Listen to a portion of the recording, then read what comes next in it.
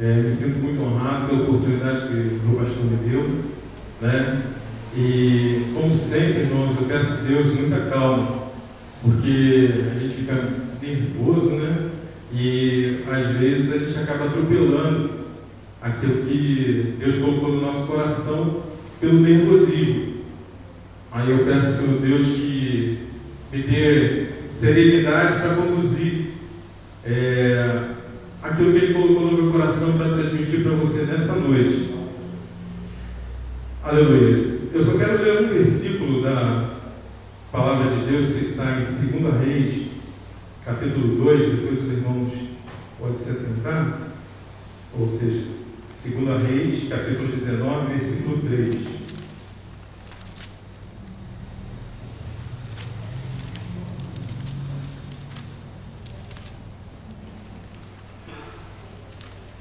Segunda Reis 19, verso 3, diz assim: e disseram-lhe: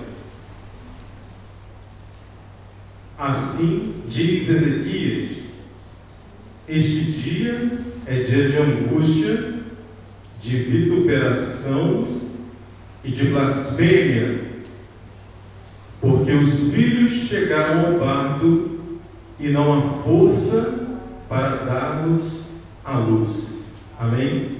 Tome seu lugar. Aleluia. Eu, uma pessoa muito... tem aquelas pessoas que são extrovertidas, né, irmão? Eu sou muito introvertido, né? Eu sou aquela pessoa mais contemplativa, que gosta de ficar olhando muito para dentro, né? E falo pouco, procuro falar, não ter muito destaque naquilo que eu falo, porque eu gosto mais de ouvir as pessoas. Então, eu sou apaixonado pela palavra, irmãos. Se tem alguém falando de Deus, falando da palavra de Deus, aquilo me atrai, me puxa mesmo, né? Pode ser na televisão, no rádio, no YouTube, aqui na igreja. Dificilmente eu vou estar glorificando,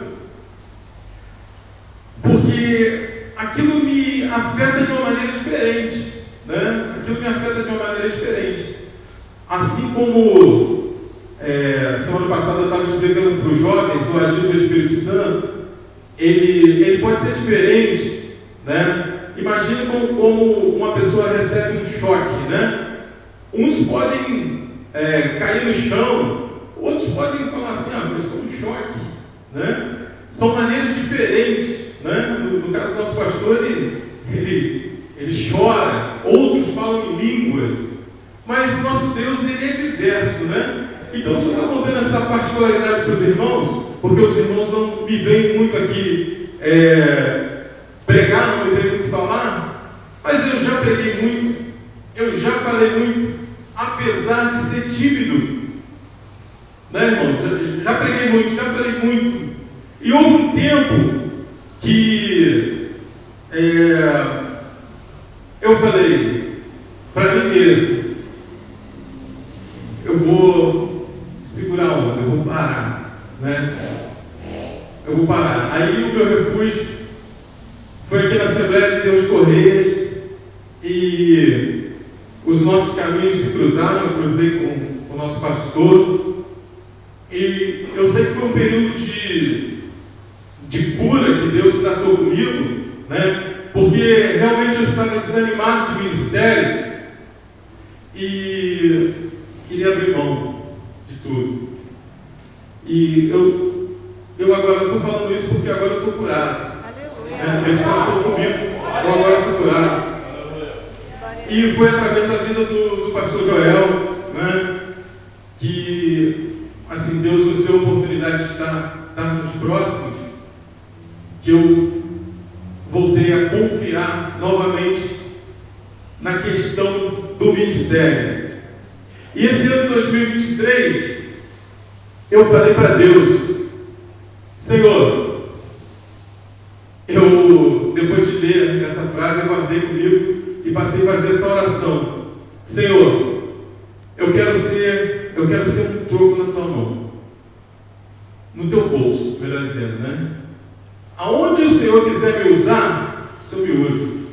Tanto é quando o pastor Joel, né, ele já me convidou para pregar algumas vezes, eu falava não. Eu falava não. Agora, irmãos, eu não rejeito. Se falar de Deus, pode contar comigo. Glória a Deus. Aleluia. Eu vou dar, irmãos. Eu vou dar. Aleluia. Né? Eu recebi isso como desafio em 2023. Então não vou rejeitar nada. Não vou rejeitar nada. O pastor me chamou de surpresa, nem sabia que eu ia participar aqui da administração aqui da escola dominical. E vamos estar juntos, vamos fazer a obra, em nome de Jesus, vamos fazer a obra. Jesus está voltando. E eu digo essa palavra, talvez para animar você, aleluia, a não deixar o arado, né? A não largar o arado, e não esconder o teu talento. Não esconda o teu talento, né? Não esconda. Você sabe quem Deus é, sabe o que Deus pode fazer na tua vida, sabe o que Deus pode fazer na vida de outras pessoas. Então, não esconda o teu talento.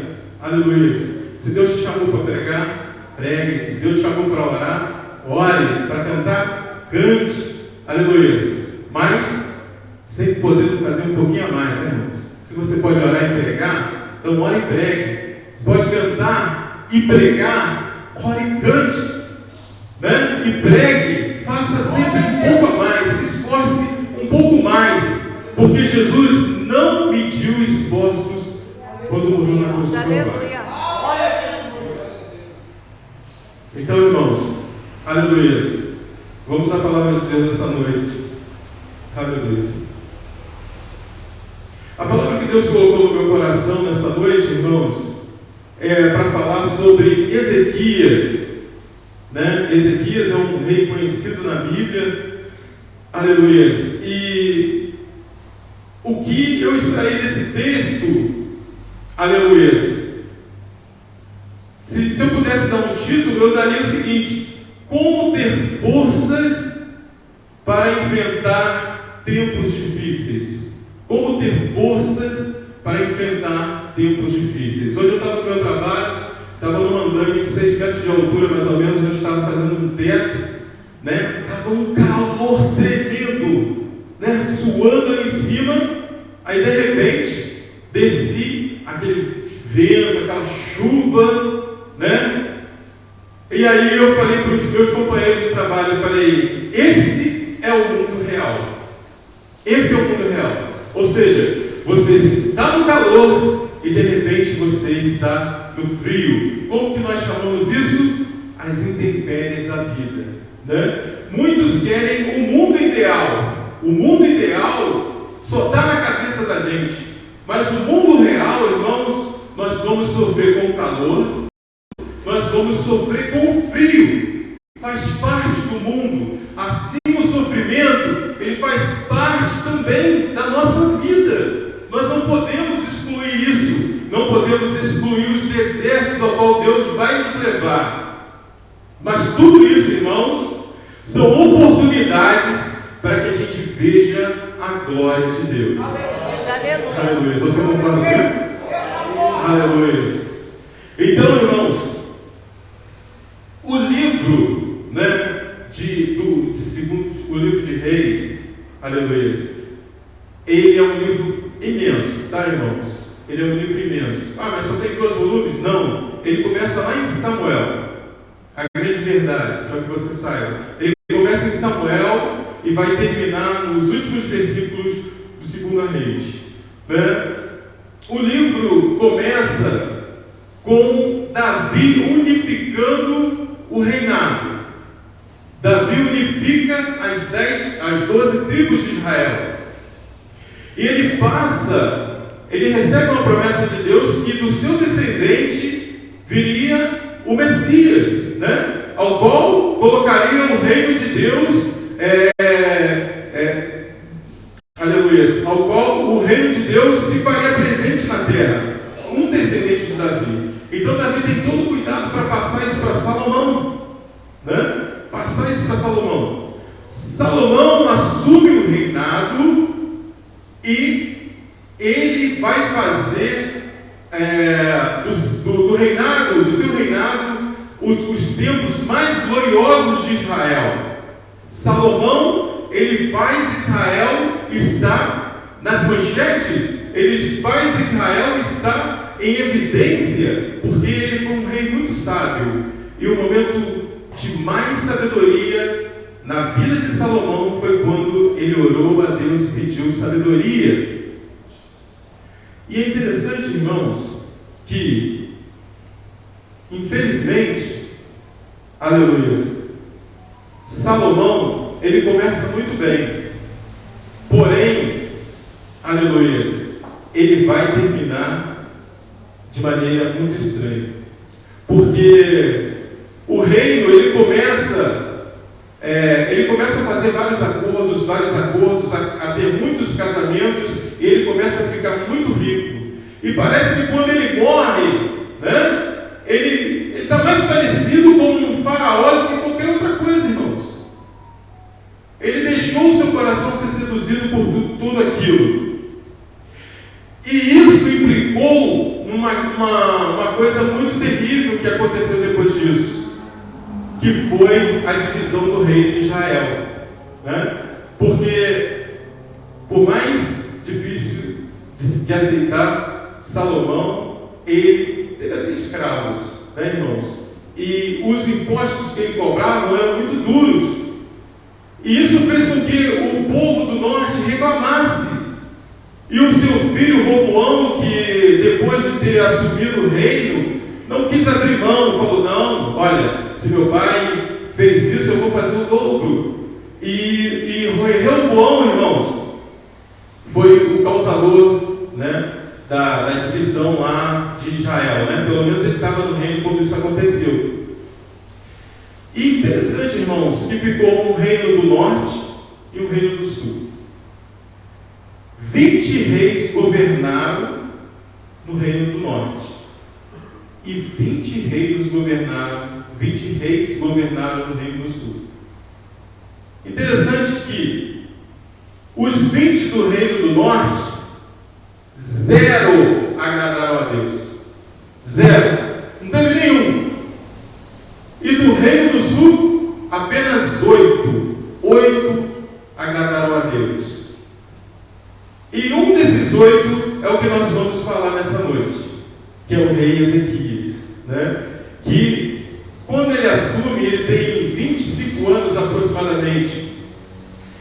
E depois de ele assumir, irmãos, ele faz importantes reformas no reino de Israel. Abra sua Bíblia no capítulo 18.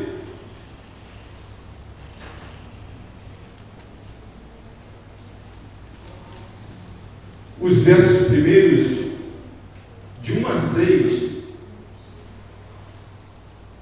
Aliás, do 2 ao 6.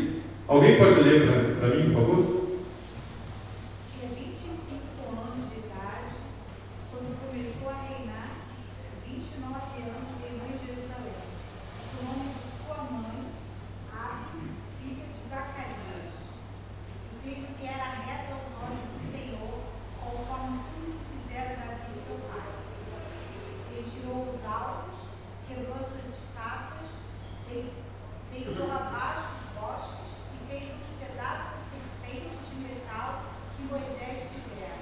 Porquanto, até aquele dia, os filhos de Israel lhe queimavam incenso, lhe chamaram Deus Santo. No Senhor, Deus de Israel, confiou, de maneira que depois dele não houve quem fosse semelhante entre todos os reis de Judá, nem entre os que foram antes dele. Aleluia. Era um jovem, né, irmãos? Mas ele tomou o caminho certo. Fez uma importante reforma, tirou os ídolos e confiou em Deus. Foi um importante líder. Hoje, irmãos, você não precisa, vou falar isso claramente, hoje você não precisa até mesmo fazer uma faculdade. Tudo está na internet, tudo. Todo conhecimento que você precisa está na internet, tá? Mas o que o mundo está carecendo hoje? De líderes. As pessoas precisam de líderes. As pessoas precisam de liderança. E ele entendeu muito bem isso. Ele entendeu o chamado de Deus para a vida dele, né? Ele entendeu que ele tinha uma responsabilidade para com Deus e para com a obra de Deus. Então ele viu tudo que era errado e resolveu fazer o que é certo, né? Ele poderia ter seguido o caminho do seu pai, Acais. Não, mas ele resolveu seguir, andar nos caminhos de Davi, né? Tanto é que a Bíblia faz essa distinção entre os reis que andaram no caminho de Davi e os reis que não andaram no caminho de Davi. Aleluia. E o interessante aqui, irmãos, é que você pode estar pensando assim: mas, poxa, se eu faço a coisa certa, se eu ando no caminho certo, por que tanta coisa ruim acontece comigo? Né? Por que tantos problemas me afligem?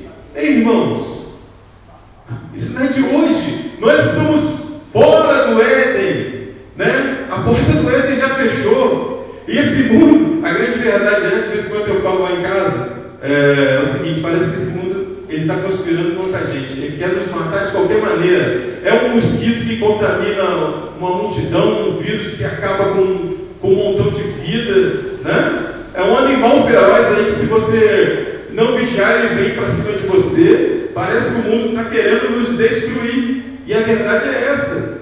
Então, esse mundo ideal que muitas pessoas fazem, estão se esquecendo que não é o mundo bíblico, né? O mundo bíblico é outro.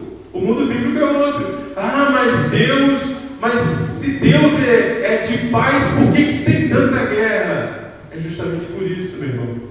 O homem está caído. O homem não está santo mais. Então vai haver guerra. Jesus falou que vai haver guerra. Então o importante é você estar do lado certo. O importante é você estar fazendo a coisa certa, a coisa correta. E Ezequias, irmãos, apesar de ter feito a coisa certa, a coisa correta, ele enfrentou um grande problema na sua vida, né? Ele enfrentou um problema que, aleluia, a Bíblia vai dizer que ele não quis pagar tributos, né, ao rei da Síria, que depois resolveu voltar e fazer um ajuste de contas com Ezequias, né? Eu vou parafrasear aqui porque o tempo já está esgotando, irmãos. E Senaqueribe, ele invade as cidades fortes de Judá. Ele tenta entrar, aleluia, em Jerusalém, aleluia, que é a capital, aleluia, um forte exército, aleluia. E aqui, irmãos, eu separei aqui, aleluia, uma parte do trecho aqui. Antes da invasão, Senaqueribe, ele manda mensageiros, ele manda pessoas, oficiais, né, que esse tal de Rabsaque aqui, ele chega e começa a desafiar, aleluia, o povo de Israel.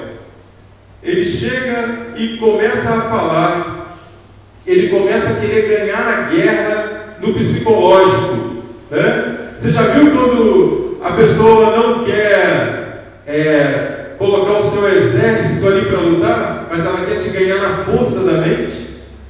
Então ele começou a falar: olha, vocês são pessoas inteligentes, vocês são pessoas que observam as coisas. O que foi que aconteceu com as outras nações? O que foi que aconteceu com os outros reinos? Porventura, eles não caíram perante o grande Senaqueribe? Porventura, eles não ficaram prostrados perante o Senaqueribe? Aleluia. Aleluia. Ele começa, irmãos, a afrontar a Deus. Ele começa, aleluia, a dizer blasfêmias contra Deus. E diz a palavra de Deus que, aleluia, os mensageiros que foram ali, os homens enviados de Ezequias que foram ali, nada falaram, só ouviram e esperaram aqueles homens se retirarem, e chegaram para Ezequias e falaram o seguinte: olha, assim eles disseram para a gente, que vão entrar na nossa cidade. Aleluia. E Ezequias vê aquela aflição, irmãos. E o versículo que nós lemos, ele dá muito bem o tom de como que estava ali aquele momento, tão angustiante que estava aquele momento. Imagina você, aleluia.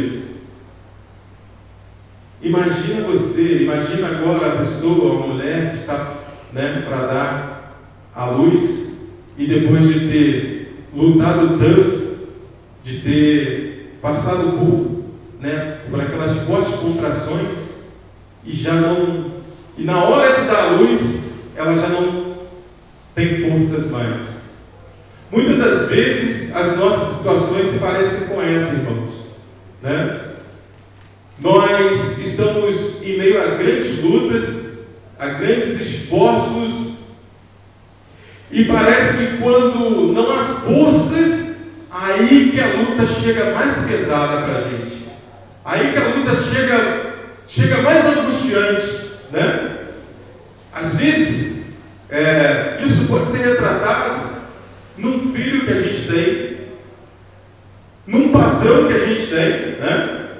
Isso pode ser retratado em diversas outras coisas, irmãos, e que você está lutando, às vezes num casamento, às vezes pode ser qualquer coisa, aleluia. E às vezes você está lutando, e parece que quando vai chegar, já não tem mais forças, né? Esse era o momento de Ezequias. E o interessante, irmãos, é que ele pega as cartas que ele recebe ali, né? E ele se dirige para um lugar aonde os céus e a terra se tocam. Aleluia. Qual é esse lugar, irmãos, onde os céus e a terra se tocam? A casa do Senhor. Aleluia. É para ali que ele vai, é para ali que ele se dirige. Ele vai buscar a Deus, irmãos, ele vai clamar a Deus. E o interessante é que ele apresenta para Deus, aleluia, toda aquela blasfêmia, ele apresenta para Deus toda aquela angústia, né? Ele retrata para Deus, e nós também podemos retratar para Deus aquilo que nós estamos passando, aleluia. Nós também podemos falar para Deus toda a nossa angústia que estamos passando, que estamos vivendo, aleluia. E irmãos, aleluia, Ezequias foi um homem, aleluia, que Deus com certeza o ouvia, aleluia. E Isaías vai e diz para ele: não temas, Deus vai colocar um espírito nesse pessoal, que ele vai voltar, eles vão embora, aleluia. E diz a palavra de Deus que naquela noite um anjo só do Senhor desceu no meio do arraial dos assírios e matou mais de 185.000 pessoas. Um anjo só de Deus, né? Um pequeno movimento de Deus, irmãos, pode mudar o quadro da minha e da sua vida. Se coloque de pé, aleluia. Um pequeno movimento só de Deus para conosco pode transformar o nosso quadro, o nosso viver, o nosso ser. Aleluia. Aleluia. Como é que nós estamos nos apresentando perante Deus? Aleluia. Como é que estamos clamando a Deus? Aleluia. Irmãos, você não precisa mais viver de misericórdia. Você não precisa mais viver de conta-gotas. O Espírito Santo, irmãos, ele está jorrando em nosso meio. Aleluia. O Espírito Santo, ele quer ser derramado na tua e na minha vida. Aleluia. Nós não precisamos mais, irmãos, aleluia, ficar só, aleluia, naquele pouquinho, naquela coisa, mas Deus quer derramar muito mais em nossas vidas. Aleluia. Aproveite esse momento que você está passando. Aproveite essa angústia que você está vivendo. Quem sabe seja uma enfermidade que você está passando. Aleluia. Olhe para esse Deus que você serve. Aleluia. E pode chorar, e pode reclamar, aleluia, e pode clamar com fé, irmãos. Deus, Ele está disposto a te ouvir, aleluia. Deus está disposto a muito mais do que isso. Ele está disposto a te atender, aleluia. Essa é a palavra que Deus colocou no meu coração nessa noite, aleluia. Fique com ela, irmãos, que Deus te abençoe em nome de Jesus. Levanta a palavra para essa ajuda. Mãos ensanguentadas de Jesus, mãos que foram feridas lá na cruz, mãos ensanguentadas de Jesus, mãos que foram feridas lá na cruz, vem tocar em mim. Vem tocar em mim, vem tocar em mim, sim, vem tocar em mim, vem tocar em mim, sim, vem tocar em mim, vem tocar em mim, sim, vem tocar. Aleluia, glória a Deus, aleluia. Os movimentos de Deus sobre a nossa vida, querido, aleluia, pode mudar o rumo de qualquer um, aleluia. Aquilo que Deus tem para nós, muitas das vezes nós não entendemos no momento, mas vamos entender um pouco mais à frente. Quando você recebe essa palavra nessa noite, Deus abençoe a cada um, amém? Se você prestou bem atenção no versículo ali, tinha uma palavra, o Marcos tocou sobre ela. Já imaginou uma grávida, já no trabalho de parto, sofre o dia inteiro, como eu vi algumas das meninas aqui. Vou citar o exemplo da Jennifer, foi internada 6 horas da manhã, e tendo as contrações, a dilatação, para ter o bebê quase 8 horas da noite, imagina. E o que está dizendo esse versículo? O que adianta ela ter todo esse trabalho no parto, a dor, e na hora que o neném nascer morto? O que adianta você passar a sua vida inteira na presença do Senhor, você negar o mundo, e lá no finalzinho, você se desviar da presença do Senhor? Vou resumir o sermão do irmão Marcos. O mais importante é como terminamos e não como iniciamos. Amém. O mais importante é o fim do que o início. Muitos começaram bem, mas aonde estão hoje? Mais importante é como terminamos. E o agir de Deus na nossa vida você tem que entender. Amém, queridos? Feche os vossos olhos. Vai embora com essa palavra. Amanhã pela manhã tem círculo de oração com as irmãs. Quinta tarde, culto de libertação. E à noite a nossa Santa Ceia. Amém? Senhor Deus, amado Pai, Deus, aleluia, muito obrigado pela tua obrigado, palavra, Senhor, pela por nos tua despertar, palavra, por usar, Senhor, um Deus, texto abençoa, lindo, Jesus, de Ezequias, que inicia o seu ministério, o seu reinado, tão cedo, mas tão ligado no trono da tua graça, Senhor. Nos ensina a estar ligados com o Senhor a cada momento da nossa vida.